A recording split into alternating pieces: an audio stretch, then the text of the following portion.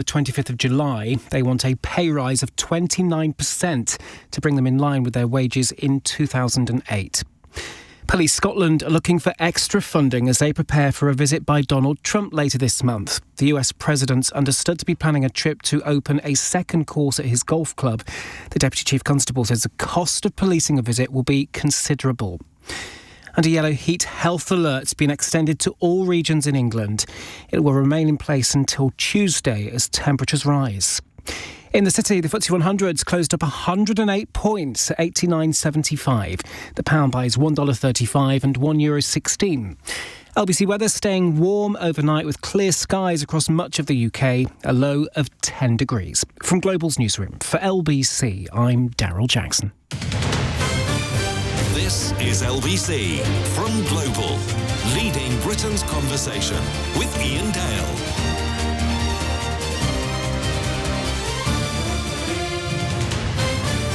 Very good evening, 4 minutes past 8 on LBC. Now, we all know that radio presenters are full of ego. So let's talk to a radio presenter who started a podcast called This Was Always Me. Rich Clarke is here. I'm laughing. You started already. Now, just tell us you're a DJ. I mean, something I've always wanted to be. I've always wanted to do a music programme, but for some reason, in 15 years, Global have never let me do it. How rude. Because I would be playing Cliff and Roxette the whole time, you see. I know, I'm for that. Why. That's okay. Anyway, enough of that. You've launched this podcast for Pride Month. Just explain what the premise is. So the idea was really that I have never been proud about my sexuality. I'm gay, but even as I said that, I had to look away because I can't look someone in the eye and say that, because I've had so many conversations with friends who are comfortable with their sexuality, and I never really understood why I wasn't. I've got more of a clear understanding now, having been through some serious mental health problems. I had a breakdown, I've had therapy, and I feel like...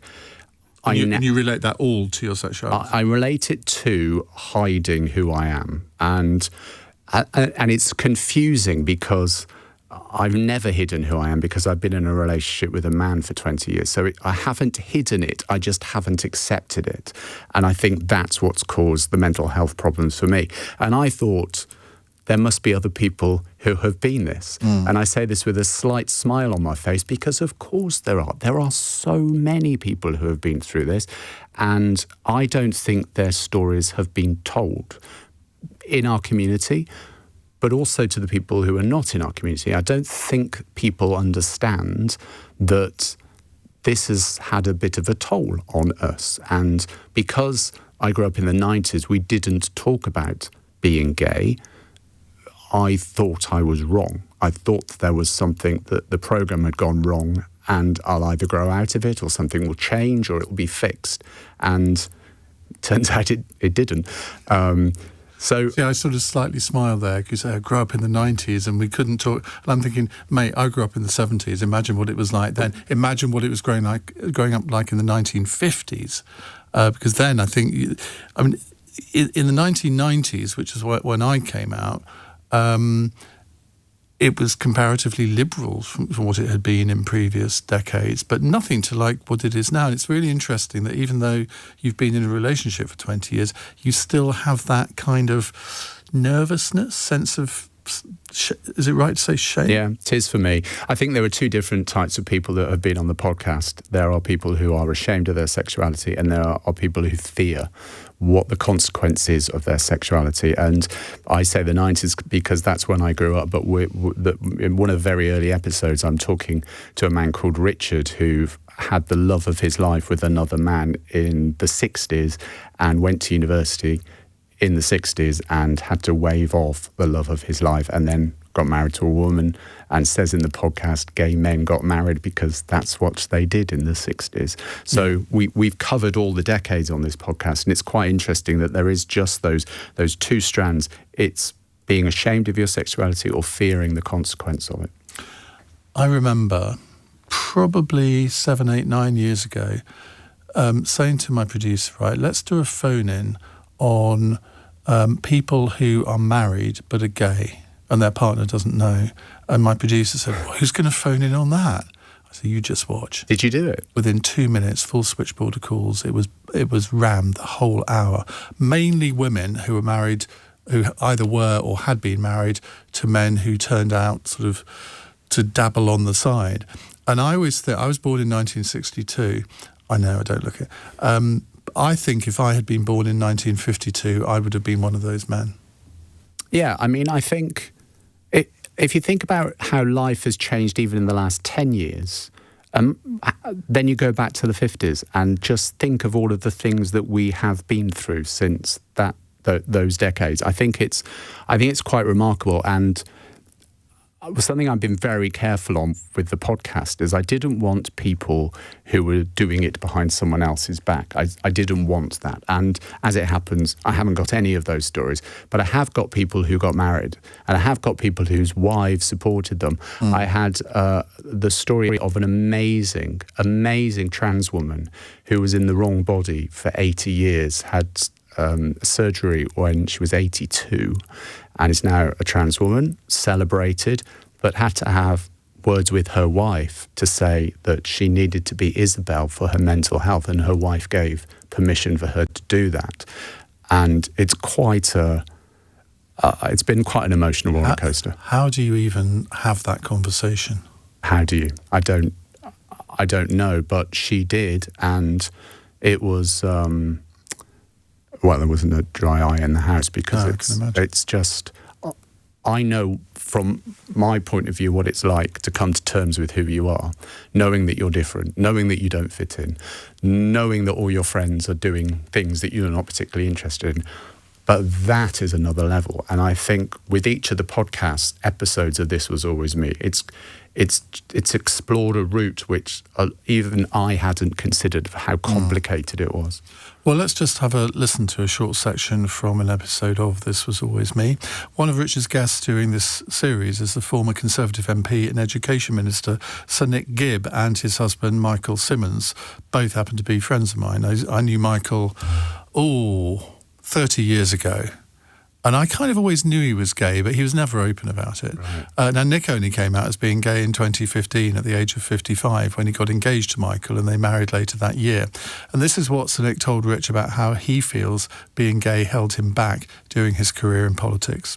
I did know really from university that I wanted to be a Member of Parliament, and it was clear that you did not succeed in such an ambition if you were openly gay. So it was very clear that if I wanted to pursue that career, my sexuality would have to be something that was known only unto me.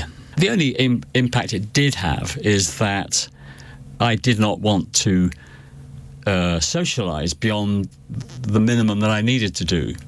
And that, I think, held me back. You don't get invited to those little cabals, and if I do get invited to them, I don't want to go because, it's a work-life balance and so on. I felt it's more important to have a proper family relationship at home rather than going to all these dinners on my own. But I managed to be part of a shadow team, both the Treasury shadow team and Trade and Industry shadow team, and then education, without doing that. But I think it will have held me back from being in the cabinet.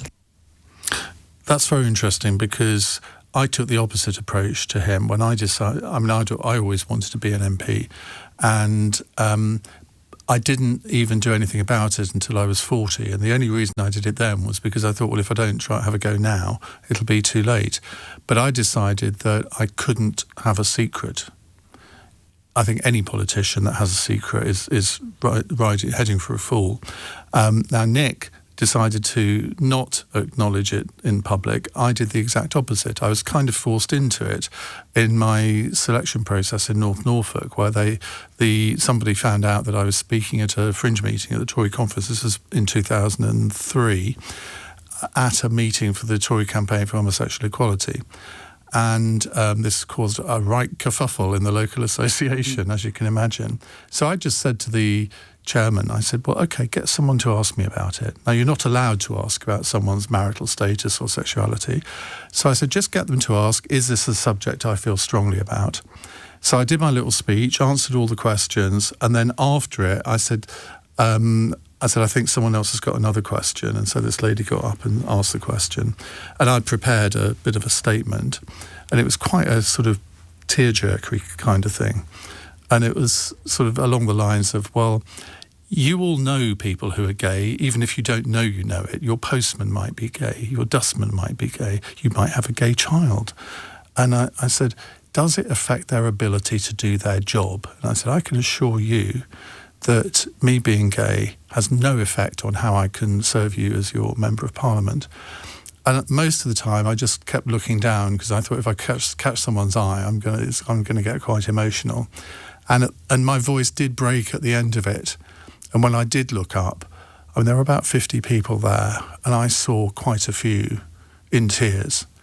And I won with 66% of the vote. And this was in a very small C Conservative area. And I thought, well, good on you. But did it do me any good in the long run? No, it didn't, because I was the first to be selected, having told the selection committee that I was gay. When you're the first to do anything, you become slightly notorious. So there were newspaper articles about it, particularly because it was a very conservative, the small C constituency, but it had a Liberal Democrat MP. And so I then became known as the first gay Conservative candidate, which did not do me any favours at all. And even left-wing journalists would refer to me in that way. And one of them, I really took to task on. I said, you wouldn't refer to someone as openly straight, would you? No, and I think that's the point that Nick had, is he didn't want to be known as that. He didn't want that label. And a lot of people don't. You know, Kelly Holmes, who's in the first episode, didn't want to be known as a gay Olympian. I didn't want to be known as a gay radio presenter. I didn't want that. And very different between me and you, because the press were printing stories about you. Yeah. You don't want that, do you? No, but you, in your position, I mean, you were working on music stations where the traditional image of a young, good-looking DJ is that they're sort of out on the Raz every night, sort of having sex with a different woman every night, no doubt. And being gay at that point didn't fit into that stereotype, whereas now I don't think anyone cares, do they? I don't think so. No, it was, I think with a lot of the people we spoke to, it's a bigger thing in your head than it actually is in public. And, you know, I referred to the 90s like it was a generations ago. Well, in some sense it was. It does feel a world away growing up in 1994 and doing my secondary education and sitting on my own in the classroom because no one would sit next to me because I was different. I didn't know I was gay. But they did. I didn't know I was gay. And I had a girlfriend when I went to university because I didn't know I was gay. I just knew I was different. I didn't see guys and think they were gorgeous or I wanted to follow them around. That wasn't a thing. I wasn't attracted to girls, and I just fell into this. You know, I had a girlfriend who I loved dearly, and we're still friends now. But I didn't know I was gay. There wasn't anyone to say I'm like that. See, I knew at the age of 8 that I was different. Did I know I was gay? No, because I didn't really know anything about sort of sex. Why did you think you were different at 8? I just did. I could feel it. I just knew that I wasn't the same as sort of the boys that I were my friends in the village or at school. Now, you can say, yes, but that's because you were a bit more intellectual than them. You were sort of always at the top of the class or stuff like that. I suppose you could explain it in that way. But from quite a young teenage age, I did know. But I went through kind of what you did. I had lots of girlfriends right up to the age... Show off. Well, I realise now I was blimmin' good looking in those days. I only wish I'd realised it at the time. Stop it. But I had lots of girlfriends right up until 1990 when I was 28. And I had done nothing with a man until then. And I could have gone for many more years because it was just when the opportunity presented itself. I never went looking for it. And also because I didn't want to upset my family. That's such a big statement to say that. And so many people have a relative. For me, it was my nan. we have someone in our family who we don't want to upset. And I think I've never come out until this LBC show. Really? I have never come out. No. How old are you? I'm 46. So, well, because in the 1990s in London, I was kind of out to most people, not everybody, but I didn't come out to my family until I was 40. And that was because I wanted to be an MP, and I thought, well, I've got to tell them. I decided if I got through to the second round of a selection contest, that's when I would tell them. And I remember that drive up the M11 as if it was yesterday, it all going round in my head. Oh my God, what am I going to say? And everybody kept saying, oh, they know, your parents will know. And I thought, you don't know my parents. And it was... well, it was a difficult conversation, particularly with my mother. And my partner, who's still my partner, bear in mind this is 2002, I'd been with him for 7 years at that point, and he'd been to stay at the house, but they hadn't clocked it. I had to say to my mother, well, John, yeah, he's your friend. I said, yeah, he's a bit more than a friend. And I could see total incomprehension on her face. So did you come out using your partner as the reason? No. You didn't sit down and say, hi, Mum, Dad, I've got something to tell you. I did say that. You did do that? Yes. And my dad was always really good in a crisis, and he said all the right things, and he said, well, as long as you're happy, that's the main thing. Dad's surprising. I could see this emptiness in my mother's eyes, and it was quite difficult. Did you come to terms with it? I'd like to say yes. They came to our civil partnership in 2008, but I could tell that she would rather be anywhere else. And nothing changed in her relationship with John, so that was good. And we never talked about it again. Ever. Oh, okay. And how did you feel about that? I just knew that it was something that... It's like my mother never, ever wanted to talk about the prospect of death. You try and have a conversation with her about, well, what would you like at your funeral and all stuff like that, and she would just cry. And so you just never broach the subject again. And I thought, well, if she ever wants to talk about it, that's fine. And it didn't change our relationship. I mean, I say that. It didn't change it markedly. But I always knew that it was something that she struggled with. But she was born in 1931. My dad was born in 1929. I'm sure they had encountered gay people over their lives, but it was never something... I lived in a very small village in... Sorry, I was turning into a therapy session. I lived in a very small village in Essex, and why would it have been discussed? I know there'll be people listening here tonight who think, yeah, he's kind of talking about me, and particularly not just in rural communities, but in culturally conservative communities. I mean, I remember doing a phone-in on what's it like to be a gay Muslim. Oh my God, the phone calls I got that night. And so though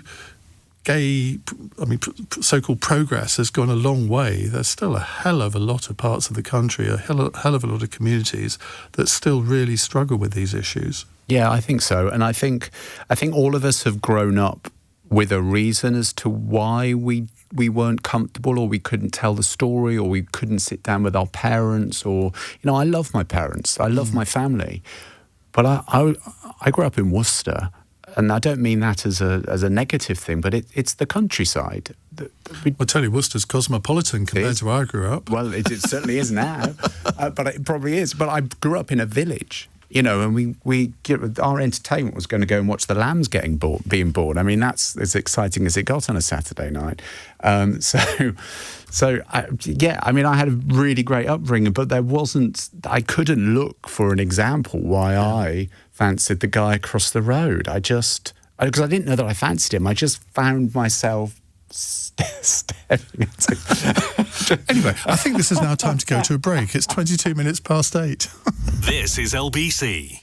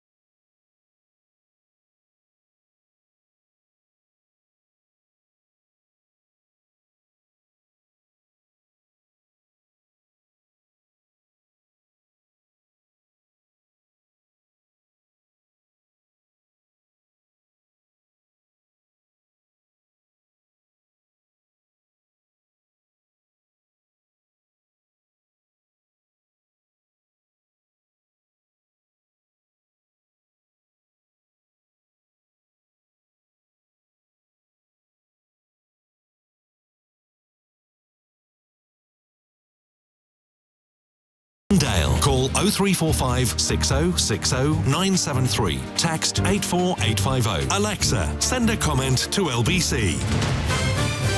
8:24 on LBC. We will come to calls, assuming anyone wants to phone in, because I think this is one of those subjects. I don't want to force you to phone in. Well, how could I anyway? But I would like to hear from people who've had the same kind of experience as Rich, and to me to a certain extent, where you haven't either wanted to acknowledge your sexuality yourself, or you found it difficult to come out to other people. Now, whenever I do phone-ins like this, there are people who say, "Well, why should people have to declare who they are sexually, or declare their sexualities?" And look, it's different strokes for different folks. Some people are intrinsically private. My partner is one of those. I mean, he hates it, even when I mention him on the radio. Sorry, not that he ever listens. He's a very private person, doesn't like talking about any sort of these kind of issues in public. I regard it actually almost as part of my job. And I remember my first week on LBC, my boss said to me, never feel afraid of giving of yourself, of letting people into your private life, because that's how you build a relationship with a listener. And so I've been a complete open book right through the 15 years I've been doing this. And I like doing that. It's not because I particularly want to divulge everything in my private life, but I know if I don't, I'm sort of creating a bit of an act. And I think people know when you're a fraud and you're sort of making it up. Let's take a couple of texts before we come back to have a little chat, more of a chat with Rich. John says, I know at least 6 friends who wouldn't approve of having a gay friend. I hear what they say, and the comments are not encouraging to anyone who is. Therefore, they have no idea, and that's the way I'll be keeping it with them. When I was 8, I used to kiss the pictures of the footballers I had on my wall. One in particular from West Ham. I guess that's not very fitting with their usual supporters. Well, I'm not sure you're right on that, because there is a gay group of West Ham supporters called Pride of Irons. And somebody told me once that the proportion of gay supporters in West Ham is higher than any other football club, which doesn't fit the image, apart from if it was Millwall, I suppose. You're on Football Chat now. It's going straight over my head. See, I'm being butch here. Yeah, I'll be the stereotype on this occasion. But I think what John says is absolutely true. If all of your friends, and maybe particularly if your best friend, makes the odd sort of slightly homophobic comment, well, that's going to push you further back into the closet, isn't it? It breaks my heart. It makes me incredibly sad. I think a lot of us rely on our surroundings, and we're not going to come out if we're not in a suitably supportive place to do that. Let's take another one here from B, who says, I'm a transgender woman and have been out since 2008, but I was born in 1955. My late partner was supportive, brackets reluctantly, of my transition. She died in 2013. It's been a tough 17 years, but even with the current persecution of trans people, I would not have had things any other way. I mean, again, a very interesting experience, because I think the whole trans experience, this whole LGBT thing, I don't think that necessarily putting the G and the T in the same bracket is always very helpful, because I think the experience of trans people is so different from gay people. They say, oh, well, it isn't, because it's what gay people went through in the 1950s. I don't believe that to be true, but then I agree with you. I think we have 2 trans stories on this podcast series. Isabel, who I've already mentioned, and next week, I think, I'll be speaking to Josie, who is a trans woman and now advises the Met on their trans policy, but she was a Met officer. That's a full-time job, isn't it? Yeah, isn't it? Met officer in the 70s, and tells stories about going down Earl's Court Way to wind up to gouge gay people so that they could arrest them for drunk and disorderly. We kind of have had those hints before that happened, but what Josie says in our conversation is actually if the police officers did that, and this is in the 1970s, if they did that, they would get overtime because they'd take them to court the next morning, and because police officers were paid so little in the 1970s, Josie says, and she was a Met police officer, she said they used to do it to make a few extra quid, and it was an easy target to arrest gay people. What have you learnt about yourself doing this series? I'm quite good at crying, is the first emotional thing. I've always been quite good at crying. I have no fear with that at all. I think I've learnt that I've learned pride, actually. I don't think I've ever been proud of who I am. And I mean that in various different levels of my personality, but I've never been proud. I've never waved the flag. And I think I'm now seeing that I should be proud, because actually I'm gay and I'm all right with it. I'm okay with it. And it's... But you're clearly not. I struggle. But that's what I've learned. I'm okay with it, yeah. I mean, I'll give you an example. This is a really simple thing, and I don't know whether this has happened to you, Iain, but I go on holiday with my partner, and even now, if I'm abroad, I'll get asked if I meant to check in with a double room, because there's 2 men at reception. Well, I want to shrink and crumble underneath the reception desk because I have to come out to the receptionist. So what? Yeah, well, I struggle with that. I really struggle with that. I shouldn't have to. But yeah, so what? I should just, shoulders back and front it, but I can't. Why do you think you can't? I think it's years of being ashamed of it. And even now I'm embarrassed by it. We're having a conversation about it, but I'm still kind of... You see, there's a dichotomy, isn't there? Because you're doing a podcast on a gay-related subject, and yet there's part of you that kind of... Even doing that, I suspect you've kind of had to acclimatise yourself to it, and yeah. You're almost forcing yourself to do it. No, I'm not forcing myself to do it. Definitely not. But I am having to come to terms with it a lot quicker than I was up to that point, because I'm recording an episode every week, and every week I'm talking to someone else who has been through what I have been through, and I think I'm learning that I have never been on my own with this, and that's a really important thing to say, because no one is on their own. People have been before you and are going through what you are going through, and I now know that a lot of people have been through what I've been through and continue to do so. Yeah. You say about being a radio presenter, but most of the radio presenter job is putting an act on, and it's something I learnt really well by hiding my sexuality. I think that's true in music radio. I don't think it's true in speech radio. It's not with speech, no, but it is in music radio. Yeah. Because we're only talking for 40 seconds, and in that 40 seconds, you don't have to... God, a lot of my listeners would love it if I only talk. I mean, somebody said here, Iain, can you talk a little bit less and let your guest talk a bit more? Oh, this is good. Are they in management? No, not at all. Yeah, I mean, I think I am, Iain, still coming to terms with it. I think there is still quite, and I've been in a relationship, and I think it's quite telling that I have always been in long relationships. I have never been on the scene. I have never been out and about on a Friday night, and I've never been on the apps. I've never done those things because I wasn't proud and comfortable, and I didn't want to do that. I'm in love with my partner. We've been together long enough to be in love, and he makes very good cakes, so there's a reason to keep the relationship going. But I'm very happy, but I still have some learning to do, I think. Well, I think everybody does, whether they're straight or gay. I mean, as you go through life, if you don't learn from it, you're probably not getting enough out of it. Jen says, just listening to your show and wanted to say my daughter and her male friend are both gay, and they would tell you they still have the same experience as you both did at school. We live in Hitching, quite a liberal place, apparently. Breaks my heart.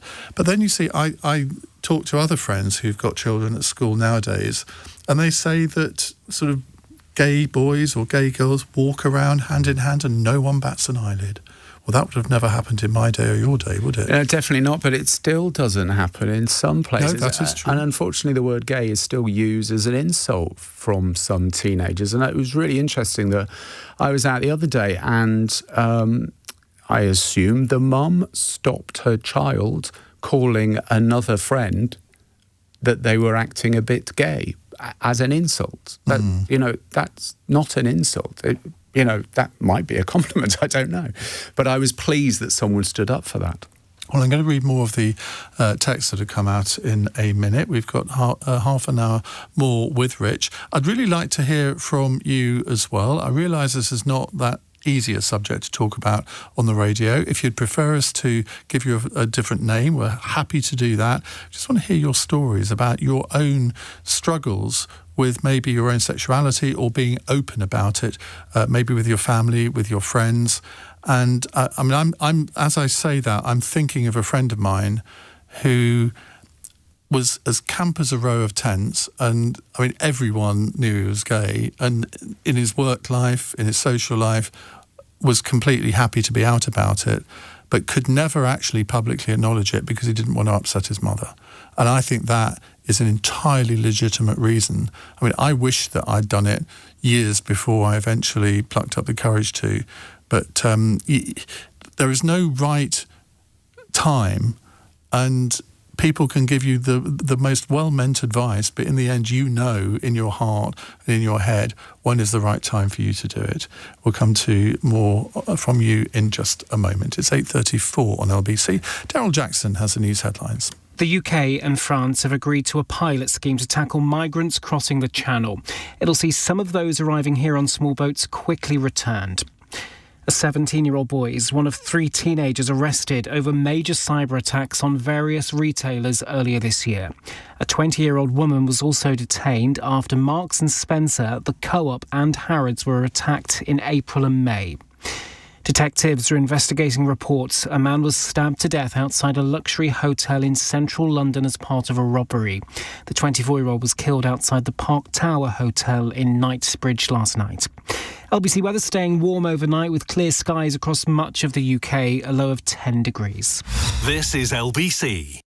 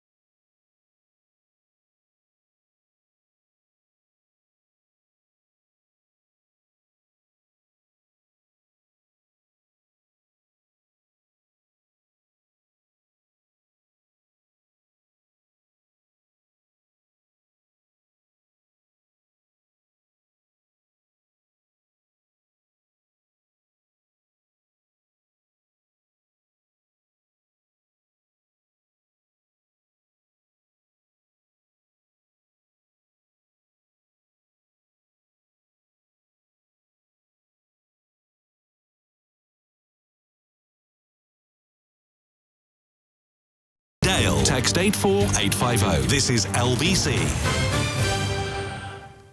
You know, a lot of people say radio is the most intimate medium, and people always think radio presenters really want to be on the TV, and I never have. Neither have I, no. And this text, now I'm going to see if I can get through this without tearing up. So I already am. Nick says, I'm genuinely moved by your words. After 14 years with my partner, I'm back in Italy to visit family, and tonight I'll be coming out to my parents. Keep your fingers crossed for me, and thanks for unknowingly convincing me to do this. You see, now I feel awful because if it all goes wrong, I'm going to get, but both of us are going to get the blame. Well, I mean, it's a really difficult thing to talk about because someone messaged me on my Instagram earlier because they listened to Nick Gibbs' episode, and Nick Gibb tells this story of how he got advice to come out to his parents by getting a friend to do it, because the advice was if your parents don't like it, then you're not receiving that negativity. Your friend who's doing it is receiving it instead. And I kind of disagreed with him. I kind of felt like you lose the personal touch if you don't do it yourself. This comes from me. I've never come out to my parents. I think everyone is different and you have to find your own way. And Nick here, the person who's texted in, clearly has decided this is the moment. And Nick, I really hope it's great. And I think most of the time people are genuinely surprised, usually that everyone knew. Well, I was surprised at the reaction of my friends because most of them did know. Yeah. One didn't.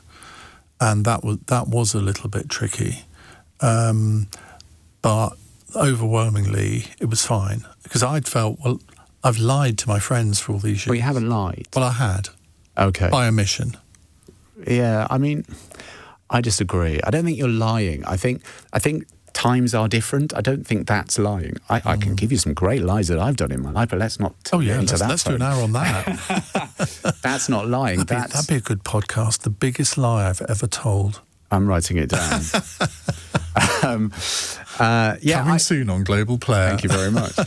I mean, I hope it works out well for Nick. If you've been with your partner for 14 years, then you've obviously got a lot of support anyway, so I'm sure you will be fine.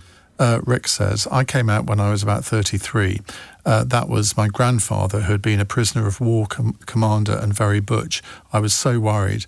His exact words were, "Don't worry, my son, I was in the war and I know what boys get up to." Now, that's a conversation I would have liked to have explored. Well, I'm not sure you would.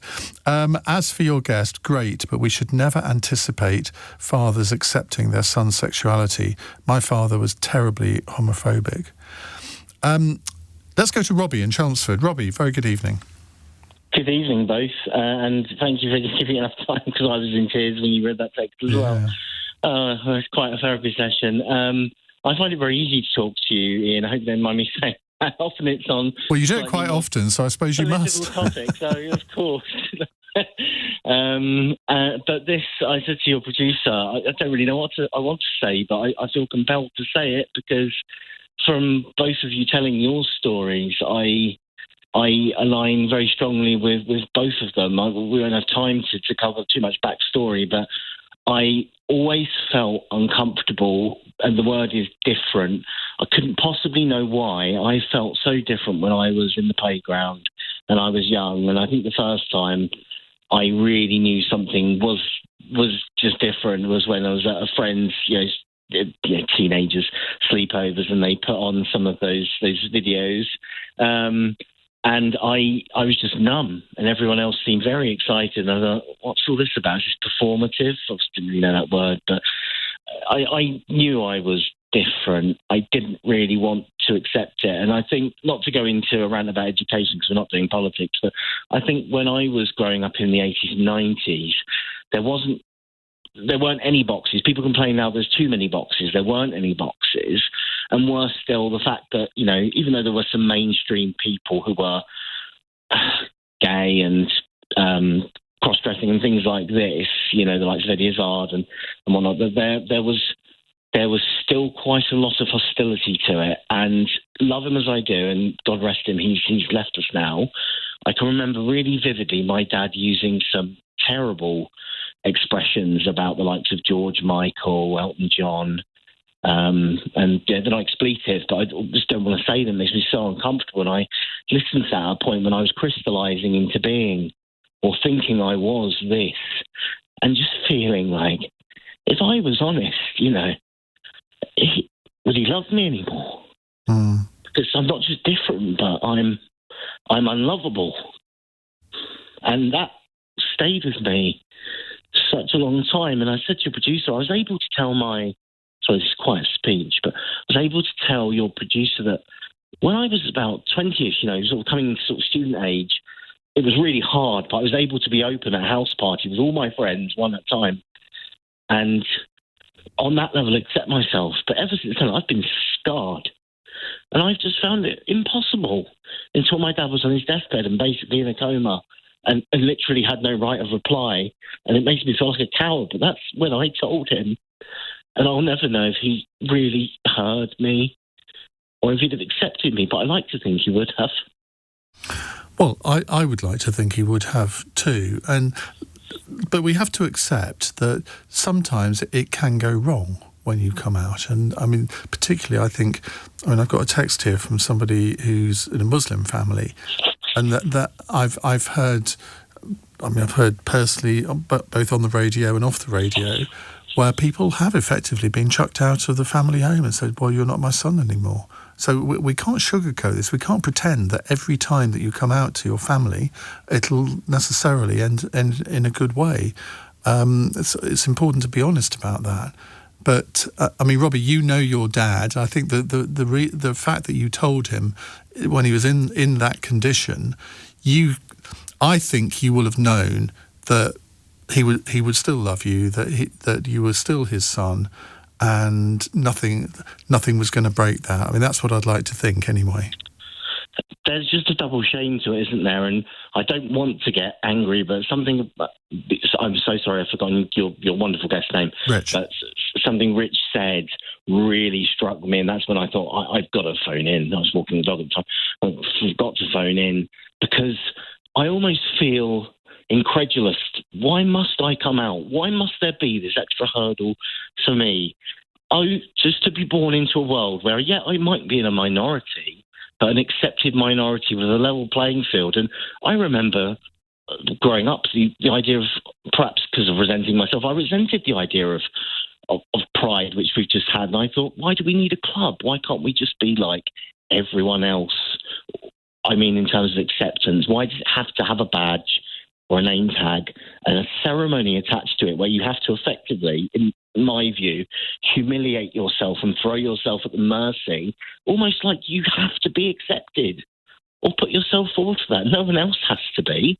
But the thing is, I think coming out is a really, I think, Robbie, what you're saying about coming out, there's a National Coming Out Day, and the whole point of that is to have a discussion about coming out. And I think that's really important because the more we talk about it, when people do want to come out, it becomes more acceptable. But as you said, Iain, there will always be people who won't accept it. And unfortunately, there will always be people's parents who won't accept it. And I think what you said there, Robbie, about being unlovable because you were different, that's the hardest part of what you've just shared. Because to feel that you're unlovable because you're not following what everyone else is doing. But that's no different from somebody who, I don't know, might not be the prettiest person in the world, or somebody who feels that they're grossly overweight, so therefore that nobody could ever love them because of their weight. Well, we all know that it is different strokes for different folks. So there's always somebody out there that finds someone attractive, no matter how they feel that either their sexuality makes them unattractive or their appearance makes them unattractive. In the end, that's not true. But convincing people of that is always quite difficult. So difficult, and you're blinkered because you think you're unlovable. Yeah. And you've convinced yourself that that's the way. I thought I was wrong. Something had gone wrong, and this is a phase. I'm going to grow out of it. I'm going to get a girlfriend. It'll all be okay. But I think I tell you something that and I don't know whether this is the same with you, Robbie. But I made sure that because I was different, I never followed a crowd. So when my friends were doing things, I didn't want to do them. I'm not talking about anything sexual. I'm just talking, I wanted to be different. I wanted to find my own way, and I wanted to be a radio presenter.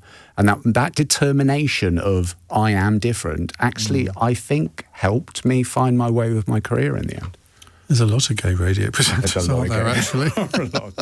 Right. That's another subject. Thank you very much, Robbie. We'll take a break now, but we've got another clip to play from one of your podcasts in just a minute, and we've got lots of calls. In fact, this is the sort of thing I wish we'd devoted 2 hours to it, because the calls are now.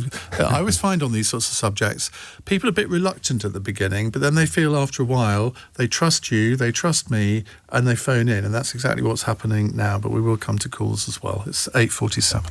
Nick Ferrari at breakfast on LBC. The Anglo-French migration deal is hanging in the balance, haggling over how much Britain will pay towards the cost of policing small boat crossings. Defence Secretary John Healey joins me now. One of the possibilities, we read, is a deal where 50 migrants are sent back to France each week. Is that something the government would support? Well, let's see what the summit discussions produce. Well, is that something you would support? Is that radical enough for you? We've got to have an element of the action we take has got to be the ability to return people. Nick Ferrari at breakfast. Back tomorrow morning from 7. Listen on your radio, on Global Player, and the new LBC app.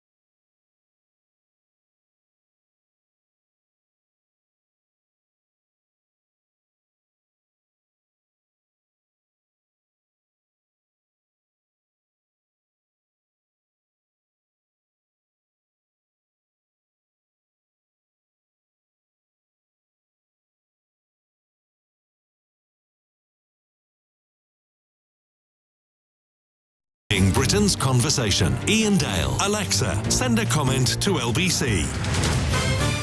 Well, let's hear a little of another of Richard's guests on the podcast. Gail Rose is the leader of the Open Table Warrington Group, which describes itself as spiritual safe space for LGBTI Christians and all who believe in an affirming, welcoming and inclusive church. She spent decades believing it isn't possible to be both Christian and gay and went through a process which she now understands to have been conversion therapy. Gail told Rich what she was going through mentally at those times and why it led to her not acknowledging her sexuality. I cried myself to sleep on many, many nights. I self-harmed. I absolutely loathed who I was. I can't say that enough. I absolutely loathed it, and I would have given anything to have it taken away from me because it was just something that was causing me pain. And I knew I couldn't tell anyone in church because of how they would view it. You know, I'd heard many a sermon about homosexuality being an abomination to God, being wrong, being sinful. So there was lots of that. So I just kept it hidden. And I assumed wrongly that my family and friends would also think the same way as the church. So that's why I never came out to them. And Rich asked Gail Rose what she'd want to say to her younger self who was going through those experiences. Well, the title of this podcast, This Was Always Me. I would, if I could talk to that person, that Gail of all those years ago, I would say it's these people who are preaching hatred. It was never God. I know there will be people out there who are listening to this who think that they are an abomination, who think that God will never love them as they are. And it's a lie. That's what I would say to them. It is a lie. And if I can just change one person, one listener who hears this message, if I could just change their life, it will have been worth sharing my story. Because I would never want anyone to feel about themselves the way I did. Never. And it is a lie. You are loved, each and every one of you, for who you are. And you've a right to live your life who you are. So don't waste another day. Don't waste another day hating yourself. That's the message I want to give to everyone. And just before we move on, if you've been troubled by anything you've just heard Gail Rose saying to Rich, remember you can always contact the Samaritans at any time of the day or night for free. You can email Joe, that's Jo, @samaritans.org, or you can call 116 123. That's 116 123. I've just made an executive decision in consultation with Rich. We're going to continue this into the next hour because we've got a lot of calls coming in. And I just don't think it's fair to leave people hanging on this kind of subject. So we want to hear many more of your own experiences, your own dilemmas, the challenges that you've faced in deciding whether to stay in the closet, come out, and how you did it. Let's go to Christopher in Islington. Hello, Christopher. Hi, good evening. Evening. Actually, it's a couple of points that kind of collide with each other from the last couple of callers and actually what you've been talking about. For a start, the idea of coming out is an interesting one, but actually it goes back to some basic psychology models. For me, I came out once I'd met the man that was going to be the man, if you would. I dated some women back in the sort of the 90s, lived with a couple of girlfriends, but actually when I then met somebody who was clearly serious and I really fell for, that made it very much more easy for me, I guess. But now the bad part of the story, but it gets better, I guess. My mum then decided, bless her, not to talk to me for 6 months because she was so shocked by the whole revelation. And I'm an only child, and I think there's a whole kind of grandchild psychology lurking around in there and all that sort of stuff. But it was fascinating that over the next 25 years, that was with my partner, I think he became so much closer to her than I did by the end. He happened to be a doctor, so he used to take her to hospital trips and stuff. In fact, he even did some surgery on her himself at one point. Oh, wow. Isn't that illegal? In a theatre, surely. Right. It's absolutely legal by virtue of the fact that he took her to a hospital where he was recognised as a surgeon. They said, you can get on up and come in if you want. Wow. I think my mum said, I think the expression she used was the blood literally drained from her at that point. But that certainly got her much closer to him. But just a tiny little anecdote from the end of her life. I noticed that, we used to go around and see her every couple of weeks, make sure she was okay and stuff. And I noticed that she was starting to buy fruitcake. Why does that make me smile? Well, the answer was, I hate bloody fruitcake, but my partner absolutely loved it. And over time, these things get better. And so just to go back on that point about the psychology of coming out, there's a couple of models in popular psychology, including a couple at Harvard, and one particularly called the Johari box, which just talks, Ian, about something you mentioned earlier tonight, which is, as a broadcaster, if you're open about yourself and you don't have what they describe as a secret garden, actually people warm to you much more and believe you and be much more credible. The converse is also true, which is if there's something that's slightly different about you, people may not be able to quite put their finger on what it is, but typically, both in a personal relationship situation and in a business situation, people don't quite trust you. And certainly I think the first few years of my career were held back because I was never openly gay at work.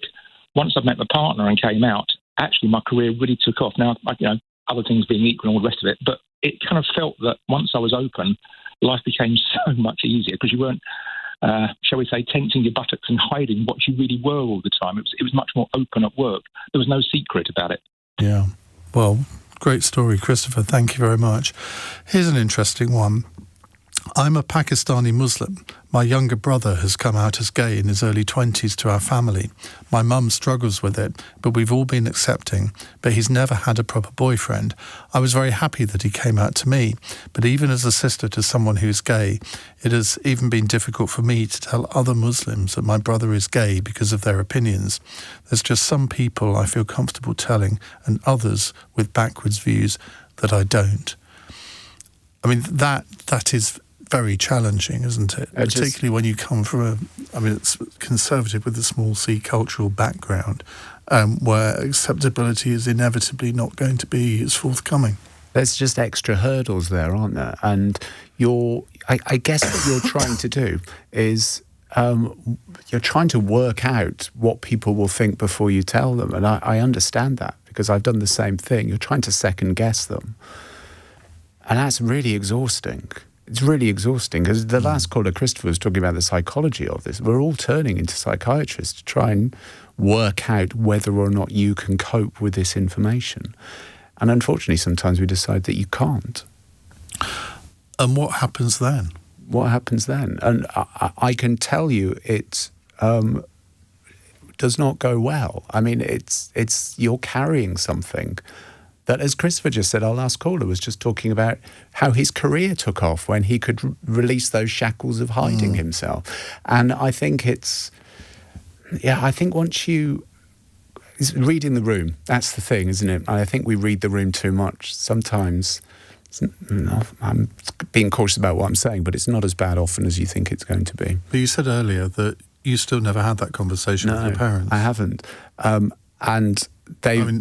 If you're listening, Mr. and Mrs. Clarke, do feel free to phone in. They're very accepting and they're happy with. So they know, but they've never had the. You've never broached the subject. They've never broached the subject. Well, I'll quickly tell you the story. My last partner, we split up. We were together for 6 years, and I rang my dad and said that he's left. And my dad was overjoyed and said he wasn't good for me. Now, up to that point, my parents thought he was my housemate. I had never told them he was my partner. I just said that he's left, thinking Dad's going to help me pay the rent. But no, he was happy that we'd split up and I could get on with my life. And then I started seeing my current partner. So there's never been a moment where I've sat down and told them because, they've always known. And we talk about my male partner now. I talk about this podcast that I'm doing with them, and they're very supportive. It's just, it's come so far now. But in a way, that's quite good, isn't it? Where you don't a bit of a cop out. Well, up to a point, but I mean, if they're accepting and you don't feel you need to have the conversation, why have it? I mean, it plays into that concept of why do gay people always have to come out? Yeah, I totally agree. And I'm not going to because I feel like I've come this far and I don't need to now. It would just be a bit strange to sit down over a candle and tell my mum and dad. Well, it'd be very No, I won't say that. What were you going to say? Anyway, Rich is going to stay with us for the next hour because there are so many calls coming in, so we're going to continue this discussion for the next hour here on LBC. It's 9 o'clock. On your radio, on the LBC app, and Play LBC. leading Britain's conversation. This is LBC. From Global's newsroom at 9 o'clock, Sir Keir Starmer says he's agreed what he calls a groundbreaking returns deal with France to end small boat crossings. The Prime Minister and Emmanuel Macron have been holding talks in Downing Street. The agreement will mean for every person sent back, the UK will accept an asylum seeker who hasn't attempted an illegal crossing. This will show others trying to make the same journey that it will be in vain, and the jobs they've been promised in the UK will no longer exist because of the nationwide crackdown we're delivering on illegal working. Well, Imran Hussain from the Refugee Council told LBC it remains to be seen whether the pilot project will work. The bottom line is there aren't any silver bullets here. This deal was important. It's an important step. But what's needed, is a further international cooperation. It's more measures around the gangs. And it is things like these kind of safe routes, which kind of give people a way of coming to the UK in a kind of ordered way where they can get a fair hearing and be treated with dignity. A report warning the threat of physical attacks by Iran on people living in the UK has increased significantly since 2022. Parliament's intelligence watchdog has described the threat as persistent and unpredictable. The Health Secretary has admitted there is still a lot to do after LBC learned of dentists who have trained overseas working in McDonald's. Around 6,000 people are waiting to take an exam to be able to practice in the UK. Well, taking your calls on LBC this afternoon, Wes Streeting says it's an area that still needs more work. We want to make sure we maintain our high standards. Of course. And there isn't always a direct read across between dentistry, education, other countries and ours. But honestly, we've got to go much further on this. And we've got some good pioneers of reformed approaches as well to dentistry. But I recognise we're off to a decent start, but much more to do on this one. 2 men have been arrested after a car crashed into a care home during a police pursuit, leaving 8 residents in hospital. It happened in Sunderland last night. And England's had its driest March to June since 1893. The Environment Agency says reservoir levels fell at nearly 3/4 of sites during June. The warnings come as a heat health alert's been extended to all parts of England until Tuesday. In the city, the FTSE 100's closed up 108 points at 89.75. The pound buys $1.35 and €1.16. LBC weather staying warm overnight with clear skies across much of the UK, a low of 10 degrees. From Global's newsroom for LBC, I'm Daryl Jackson. This is LBC from Global, leading Britain's conversation with Iain Dale.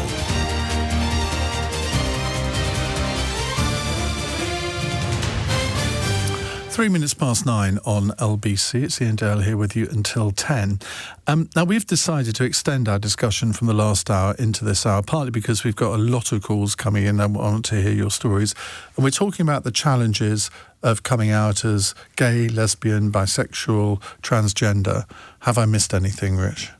Well, there are lots there. I know there's a whole spectrum. There's a lot more, aren't there, as well? And that's the voice of Rich Clarke. He's joining us because he's got a new global podcast out.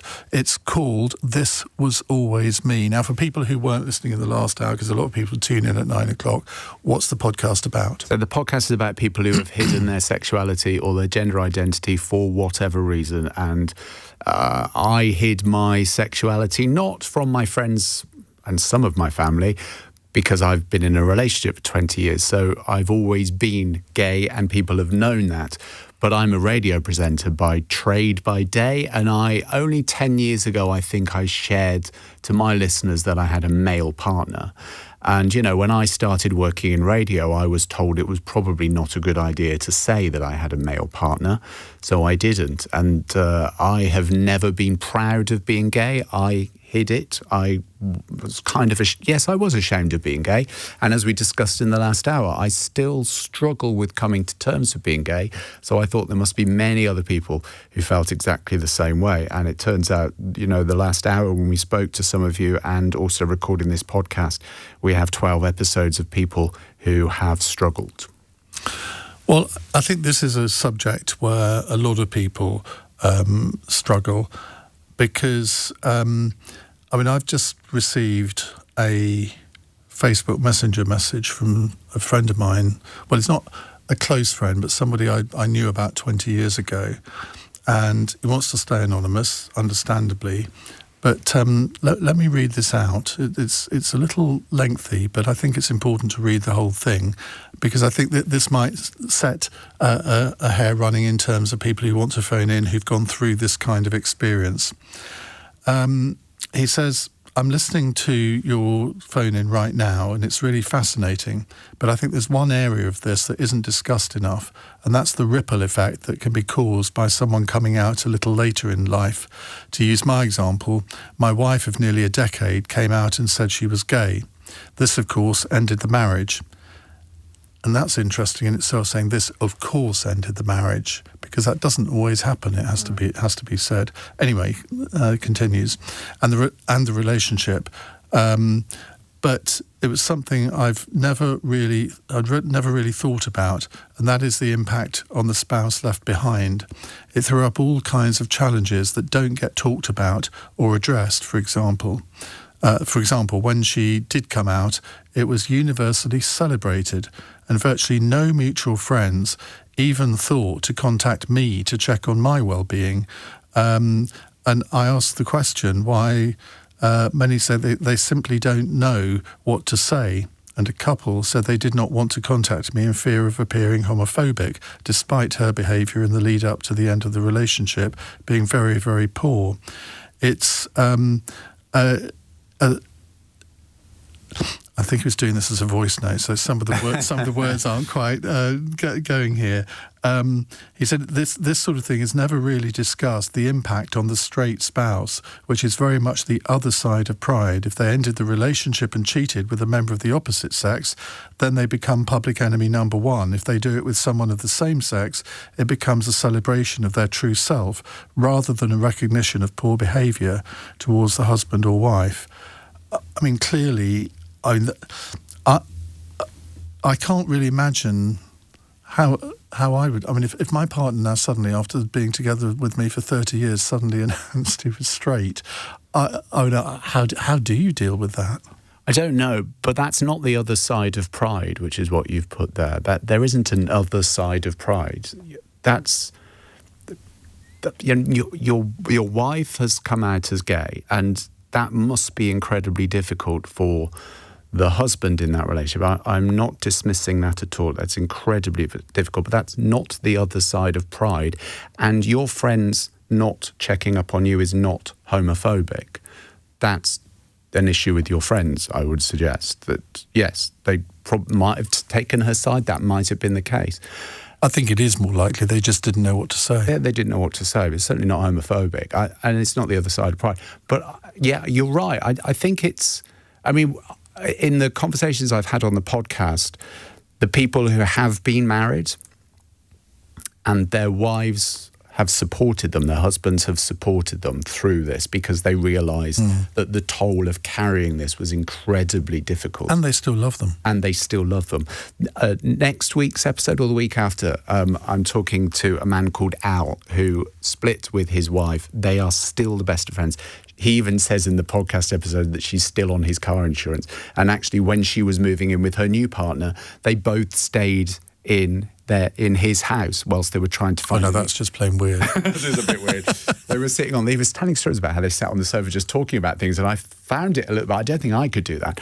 But you forget... It was like, do you ever watch First Dates on Channel 4? Occasionally. I watched that the other night when I got home. My partner had it on. And there was this... she appeared to be a lesbian woman to start with, and so she was introduced to this other lesbian woman. And then she said, "Oh, and by the way, would you like to meet my husband? He's sitting at the bar." I was thinking, what? Wow. And it turned out that this married couple were looking to be a throuple. Right. Now, I just think that... I can be accepting of a lot of things, but that I just find weird. I haven't got the energy to do it. I haven't got the energy or the commitment. Yeah, I think it's interesting. I mean, I think we often, we do celebrate someone coming out, and they might be coming out of a marriage at the same time. And that's when friends should be rallying to support that other person, I feel. But I don't think that's the other side of pride. No. Right, let's go to some calls. Mel is in Norwich. Hello, Mel. Hi, Ian. First of all, I just want to say to your guest, Rich, never ever feel ashamed for being you. Be proud that you are you. And the other thing is, Ian, you said you noticed when you were around 8 years old that you were a bit different. How would you suggest that a parent starts that conversation off? Say, I mean, I haven't got children. Well, I have. I've got 4, but they got feathers. How would you start a conversation with a child if you thought, as a parent, that your child was a little bit different? Thank you for your nice words to me, Mel. That was very kind. I don't think either of us are in the good position to, well, I'm certainly not in a good position to comment on this, but I think having a house, an environment that is open and welcoming and discusses topics is the start. It's the foundation, knowing that people can talk about things openly and fairly and will be listened to is the start of this. And I also think it's probably not a good idea to sit a child down and ask the question or ask a sort of slightly awkward question.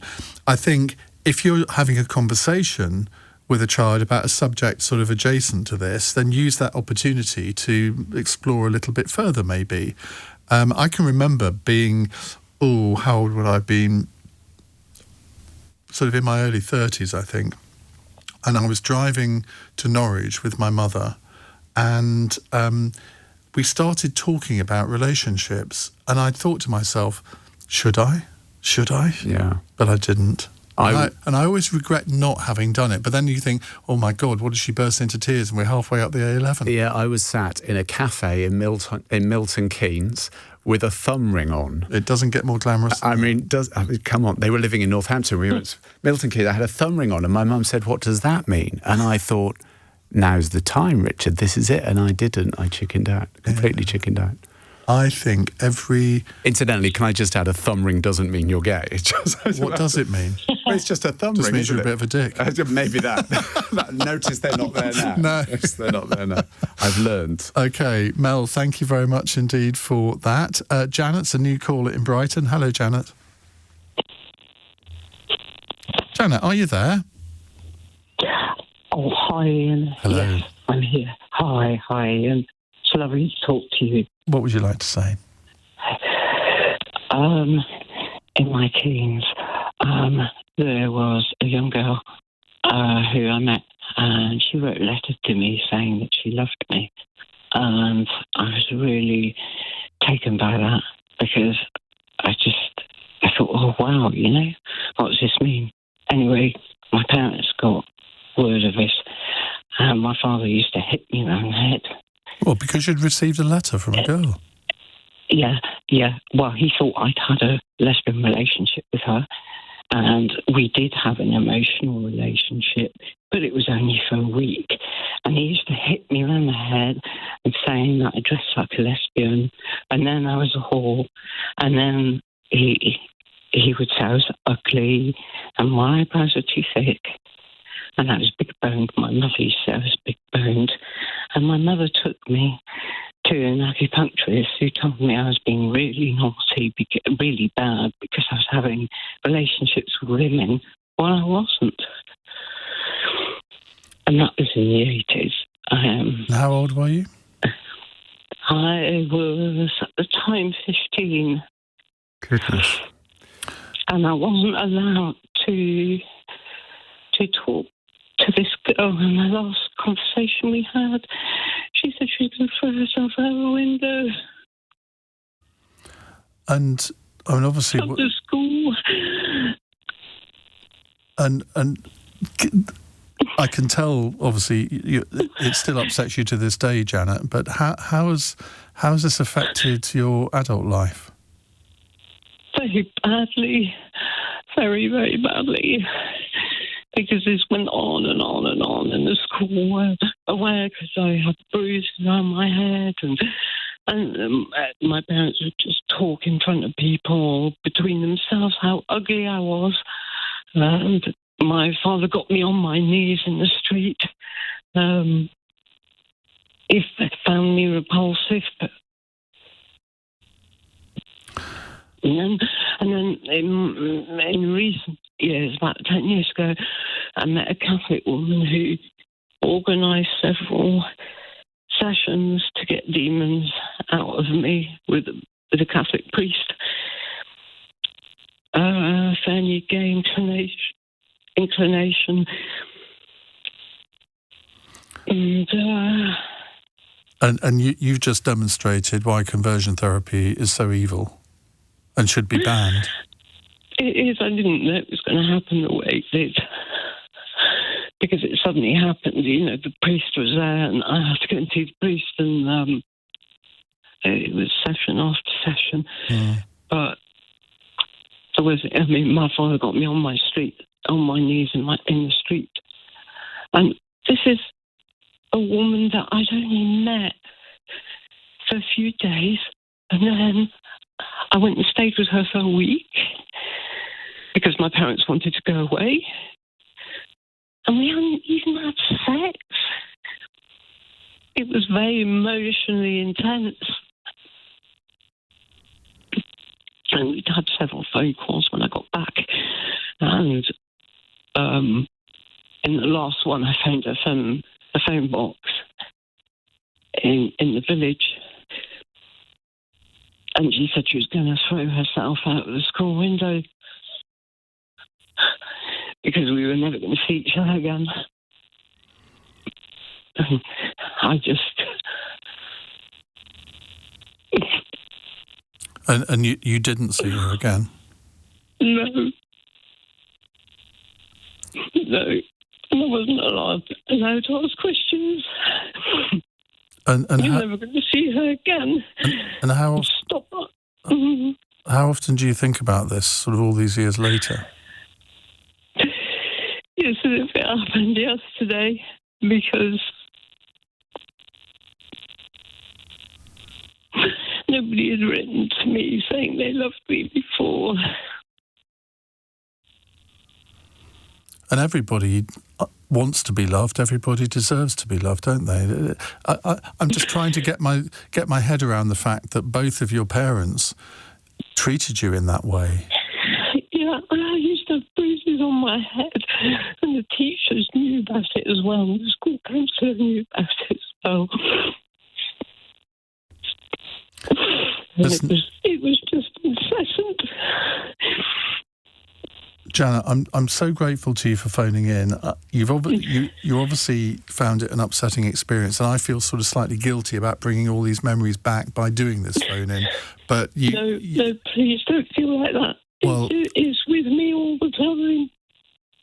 I'm going to let you go now, Janet, but I'd like you to stay on the line and just have a little word with my producer sort of once we finish speaking. But thank you so much for being so brave and phoning in.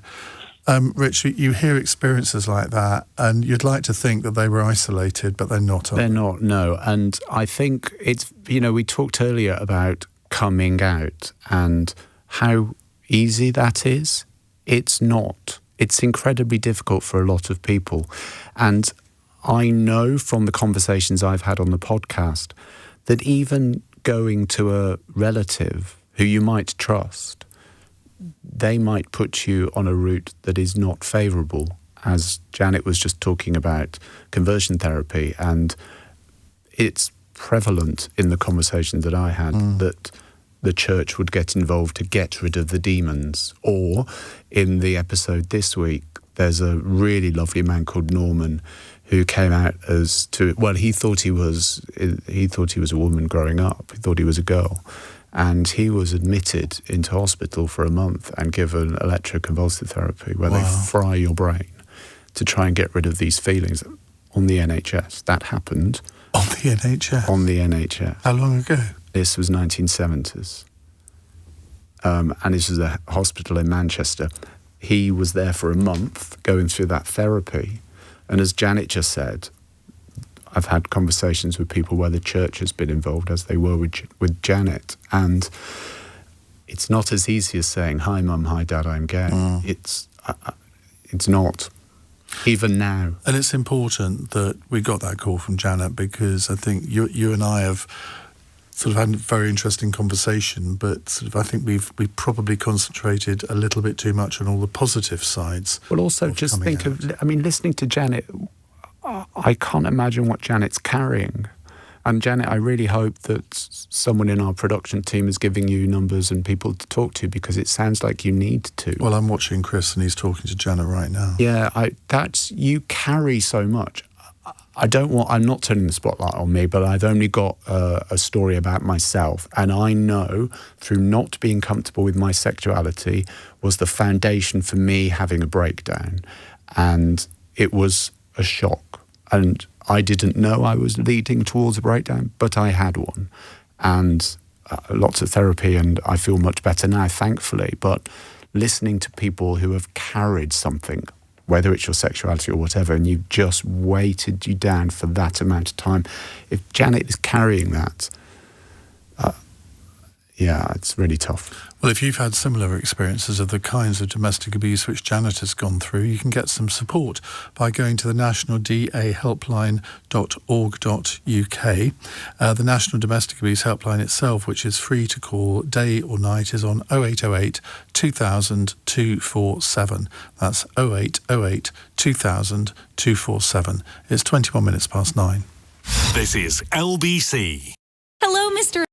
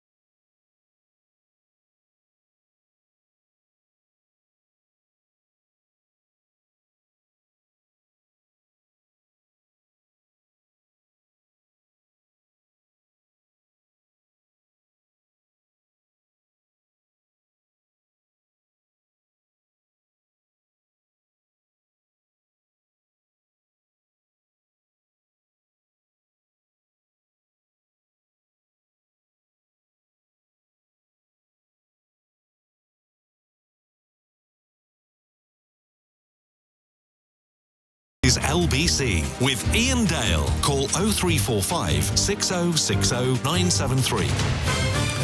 Rich Clarke is here. He's presenter of the new global podcast, This Was Always Me. You can download it now on Global Player. And, I was going to say on the LBC app. Would it be? It wouldn't be on the LBC app because it's not an LBC podcast. Global Player is where you need to go, or wherever you get your podcast from. Now, this is an interesting one. It's slightly off the subject, but important nonetheless. In fact, let me just get that in the right place so I can open it and read it properly, because we've got two columns. I've got so many texts on this screen here. We could just spend the whole night talking about texts. This is from Janine, who says, "Do you think there is a gay gene? I wonder if this generation who come out actually have gay fathers who've stayed married and are closet gays." Now, I think that is fascinating, because I know nothing about genes or science or anything, but there is part of me that thinks that there is a gay gene. I firmly believe that you're born gay, that it's not a lifestyle choice, as some people like to pretend. And I was rather gratified when I found out that my first cousin in New Zealand is gay. Okay.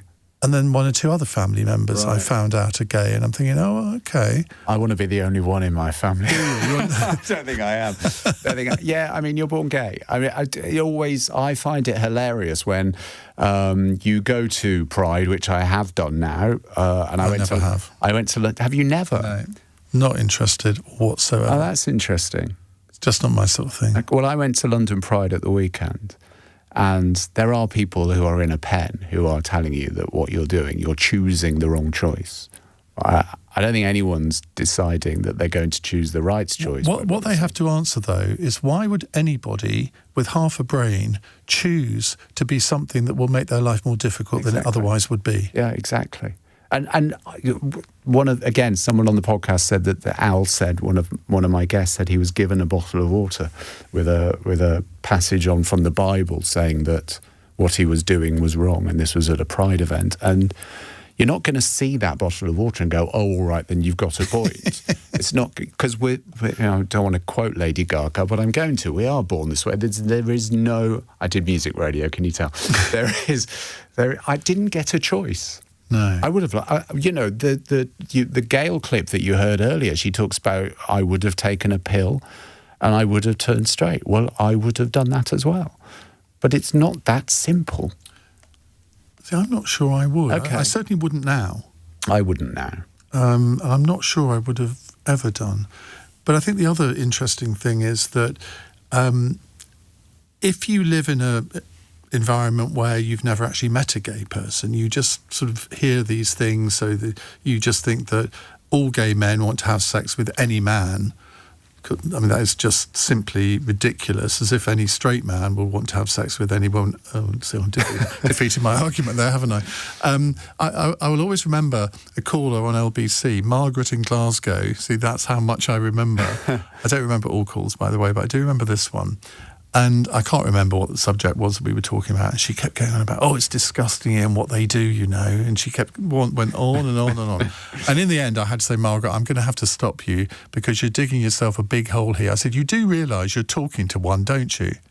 And she hesitated a minute and she said, oh, I don't mean you, Ian. Yeah, I just find it exhausting, to be honest. And I can count on two fingers how many times I've received homophobia. I've been quite... Is that lucky that I haven't had any homophobia aimed towards me? Let's say. But you obviously don't do much on social media then? No, I don't actually. No, not. No, because I looked you up on Twitter and said, I don't approve of this platform. So I thought, oh, how pious can you get? Instagram. It's all about the Instagram. Oh, is it? Yeah, I haven't received homophobia. Is that lucky? I don't know. I think it probably is. But even now, you would experience a lot less than you would have done 20 years ago. Let's go to another call. Robin is in Worcester Park. Hello, Robin. Hello, how are you doing? We're doing very well, thank you. What would you like Can I just say to your previous caller, just sending her a massive hug. Mm. Oh my God, bless. Do you know that it's just so upsetting. My son actually came out to me last weekend. Wow. Because he, it's a bit of a weird one. Me and his father had separated, and he was dropped back to mine on Friday. And on the doorstep, as you do the obligatory, how you doing, you all right, kind of thing. He turned around and goes, what are you doing this weekend, son? He goes, oh, I'm going up London. And he turned around and goes, you're not going up to that Pride March, are you? Sort of thing. And he just went, oh, whatever, and walked away. Now, let me explain, he was brought up football, man kind of thing, you know? And when that was kind of why me and his dad split up, because he was a bit of not the greatest person. And he walked into the kitchen, I walked in, and I went, did you have a good time with your dad? And he just burst into tears. And I went, what's up? And he went, if I was going up to Pride March tomorrow, would you be upset? I said, no. I said, of course not. He goes, Mum, I've got something to tell you. He doesn't think I'm gay. And he just burst into tears. He just burst, and we both, like, crumpled onto the floor. Sorry. I'm so sorry. What a brave thing to do. You've got me, Robin, I tell you that. He just literally crumpled into my arms on the floor in the kitchen, and we both held each other for a good half hour. And I was like, so what? It doesn't matter. It's okay, my darling. He goes, I was so scared of telling you. He goes, don't tell Dad, though. Don't tell Dad, though. And I was like, I won't. Of course I won't. But since he's done that, this week, he's been a changed man. And I'm going to use the word man. He's been a changed man. He has excelled. He has flown. He is just so much more happier. He's so lighter. He's so whatever. And I don't get this. I don't get this. What's the problem? Love is love, isn't it? Doesn't matter. Doesn't matter who you're with or what you're doing or who you're doing it with or when you're safe and you're comfortable. And like, this is the thing I said to him. I said, I've got many children. So his sister is actually getting married in August to a trans man. And I said, why would you even think it would be a problem for you to come and talk to me about this, my darling? Because I just felt like I was letting everybody down. And has she told her father? Pardon? Has she told her father? No. No, God, no. He turned around and he said, do not tell Dad, do not tell Dad. And I said, well, why not? I said, why not tell Dad? He goes, because I was born and raised to be the football blokey bloke. I was born to do cricket, rugby, everything like that. And he goes, and he wouldn't understand. And he is, to be quite honest with you, my ex-partner is it's a really horrible, I don't know if I can say the words, but it's the F word, which refers to gay people. I won't use it because I just find it vile. No, but what I meant, I hear what you say about your son not telling your father, but what about your daughter? Oh, my daughter, who's marrying the trans man? Yeah. Oh, he doesn't know. He doesn't know that they are a trans man. Because we separated, and she said, I don't want anything to do with him. It's because he is so vile in terms of his bigotry. I really don't want anything to do with it. He's not even invited to the wedding. Right. But what I'm trying to say is, like, this ideology of the world where you have to be gay, straight, or whatever, why can't we all just be who we want to be and just love? As long as nobody's hurting each other.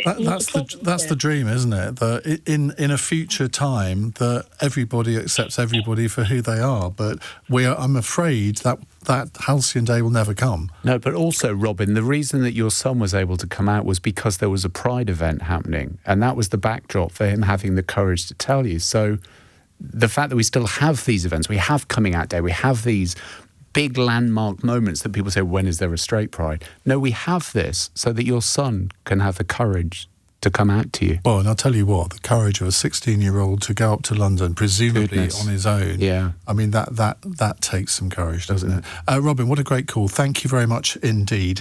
It's 9:32 on LBC. We'll take more of your calls in a few seconds' time. But first, the news with Daryl Jackson. The Prime Minister says a one-in, one-out returns deal with France will begin within the coming weeks. The agreement is the first of its kind and will see the UK exchange migrants for asylum seekers with a connection to Britain. Parliament's intelligence watchdogs warn the threat of physical attacks on people in the UK from Iran is persistent and unpredictable. A report says it's increased significantly since 2022. A murder investigation has begun after a man was stabbed to death outside a five-star hotel in central London.